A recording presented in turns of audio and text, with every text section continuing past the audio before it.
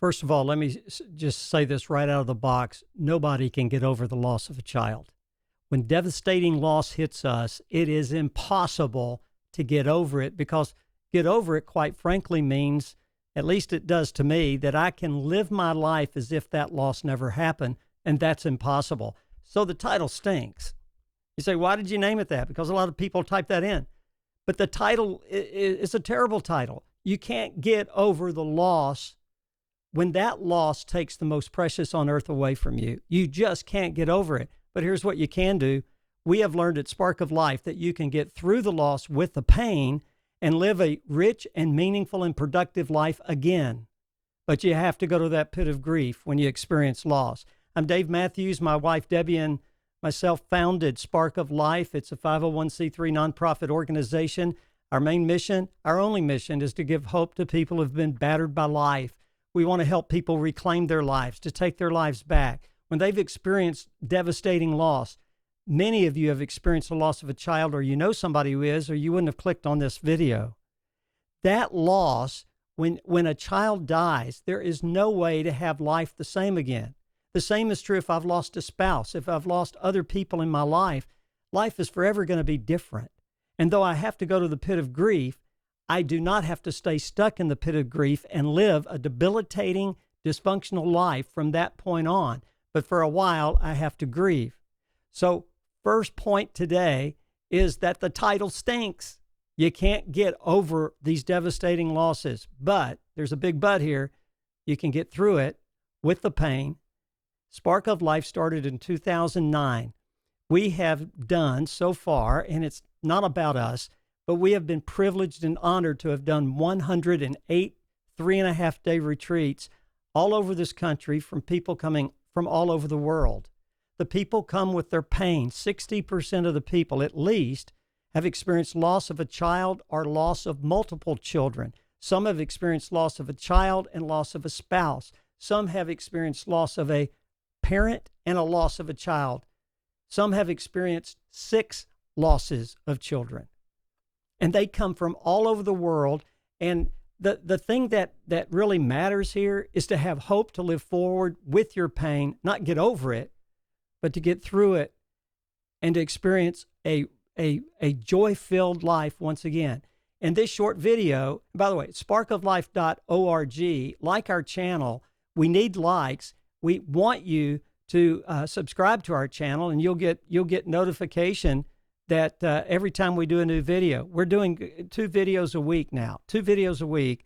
And this one is on how do you get through the loss of a child. And there's 2 points I want to share with you. And at the end of this video, you're not going to have all your problems solved, but we want to give you something to think about and help you go to the resources we have online to help you. We have got personal coaching available for those who are grieving. We've got an online retreat coming up. Every month we're going to try to do an online retreat with 20 people, and you'll get 20 hours of help. We've got an online grief course that you can take one-on-one with a grief coach. So many resources online at sparkoflife.org. 2 points I want to share with you this morning. First of all, point number 1, you have to give yourself permission to grieve, to go to the pit of grief. And there's one big subpoint under this. The reason people don't give themselves permission to grieve and get out of the pit of grief sometimes is because they think something is wrong with them. And you know why you might think something's wrong with you? You know somebody else who had a similar loss and they're doing better than you're doing, so you're comparing yourself to somebody else. Anybody do that? Come on, be honest. I did that. I've done that many times in my life. And somebody has to kind of verbally awaken me and joust me as it is and say, David, you don't know their story. You can concentrate on you. Some of you think you need to be fixed because maybe somebody has told you, like one of our participants lost a son, and a year later, 25-year-old son, who suddenly died of a heart attack. She and her husband come to a retreat a year later, and she is called by her best friend who said, Debbie, it's been a year since you lost your son. Enough is enough. You need to get up and get over it. You think that helped her? Didn't help her at all. We've heard horror stories from people who've come to our retreats. 1,500 people have spent 3.5 days with us, Debbie and me, or one of our other team members, 1,500 people. They tell us horror stories of what their friends and their churches and their religious organizations sometimes say to them, that you have a weak faith if you don't want to go back to church. Have you ever lost a child and you were a churchgoer and you didn't want to go back to church? We've had many people who've come to our retreats like that. Everybody that comes is not a church goer. They have different faiths, but so many that do have told us these horror stories of people coming by their house, of leadership calling them and saying, you need to get back in church. And it might help people to get back in church. Some people really need that. Some people can't do it. And that doesn't mean that there's anything wrong with you. We've had people say, I can't go back to church, David. Number one, I'm angry at God. Then some people feel guilty being angry at God. Well, I shouldn't be angry at God. Says who? Who told you not to be angry at God? I've been super angry at my God. You have every right to have your feelings toward God. God is big enough to take it. Great faith people in Scripture, by the way, if you are some kind of faith person and you believe in Scripture, many great faith people questioned God and were angry at God. It didn't mean there's something wrong with their faith. And I know this. I know you've thought something's wrong with your faith, haven't you? You shouldn't have these feelings. You should want to go back. No.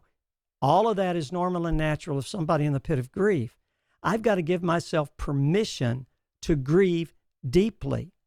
And in a sense, get over almost implies you're going to go back to your old life as if it never happened. It's impossible. But you know what is possible?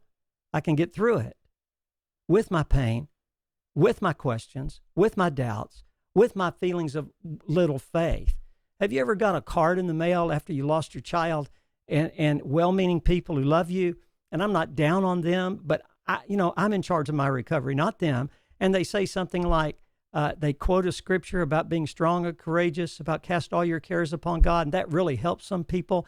But a lot of people we deal with, they say, what that's telling me is there's something wrong with my faith. And then you internalize it and you really think something might be wrong with your faith. Where that's a natural progression of grief. When I do question things, that's okay. So give yourself permission to feel terrible. And I hate to say that, but grief sucks. Loss stinks. And when we deal with all these thousands of people that we've had the honor of getting to know and of working with in their deep, deep grief when they've lost a child or multiple children, the one thing we want to say to them is, there is nothing that needs to be fixed with you. You need to grieve. Big point number 2, you don't want to stay in the depths of the pit of grief where your life becomes dysfunctional and you start other relationships that are important to you start to be disintegrated because you're stuck.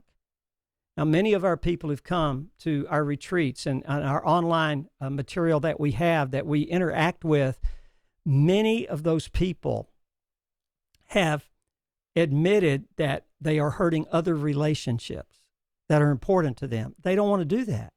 So they want to get out of the pit of grief. Big point number 2, give yourself permission to recover and believe that you can recover. If I don't believe, now recovery doesn't mean I never grieve again, and we have other videos on this. But what I'm talking about is living forward with the pain, the hurt, and the grief, and moving forward, living forward, and having joy again in life, permission to laugh, permission to have a good time. And you know what the bottom line is? If I don't think I can ever have that again, I'll never have it. There has to be a point where somebody infuses into me hope that though life will never be the same, and though I'll have seasons of grief till the day I die, and though I'll remember my loved ones every single day that died, and though I will miss them terribly, I can have hope to live forward with purpose, meaning, and richness with my pain. It will not debilitate me forever. I gotta believe that. I know it's true. Do you know this fact? If one person can experience loss of a child or children, go through deep, deep grief, which they will, climb slowly out of the pit of grief, and you never get totally out of it, by the way, but they're now living functional lives. They laugh again. They go out. They have good times. They have good friends. They are living forward. They have a meaning of their life, and their life would be considered rich and fulfilling with their pain. All of our team, most of our team has lost a child. Almost every one of them. Not every one of them. Most of them have. I want to tell you about two. They're married to each other, Scott and Carrie. They've lost 3 children. 3 children over a period of a couple of years. 3 children. Do you know what they spend their time doing? They have purpose and meaning in life, and they're living forward with hope and with joy. I've seen them laugh. I've heard some real sorry jokes from Scott that, by the way, Scott, they're not funny, but he says the same thing about my jokes. You know, we laugh at Spark of Life retreats. We cry, we laugh, because life is made up like that.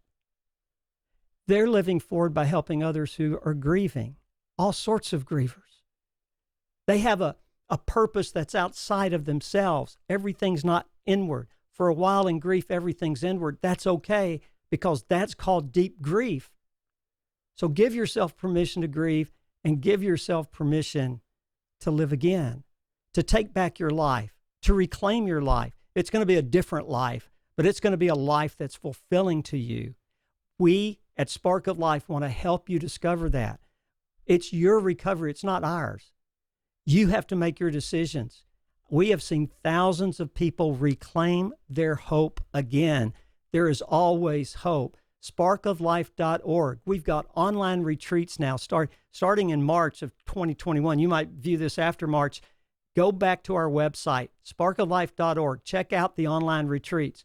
We hope with the COVID mess to start doing in-person retreats along with online retreats. We have a grief course. That's everything we do in our retreats that you take one-on-one. We have grief coaching, certified grief recovery specialists that have been certified by Spark of Life. They have great big old hearts. They've all experienced loss. They've been through the journey. They don't think they know it all. They permit you at your own pace to have your recovery, because it is your recovery.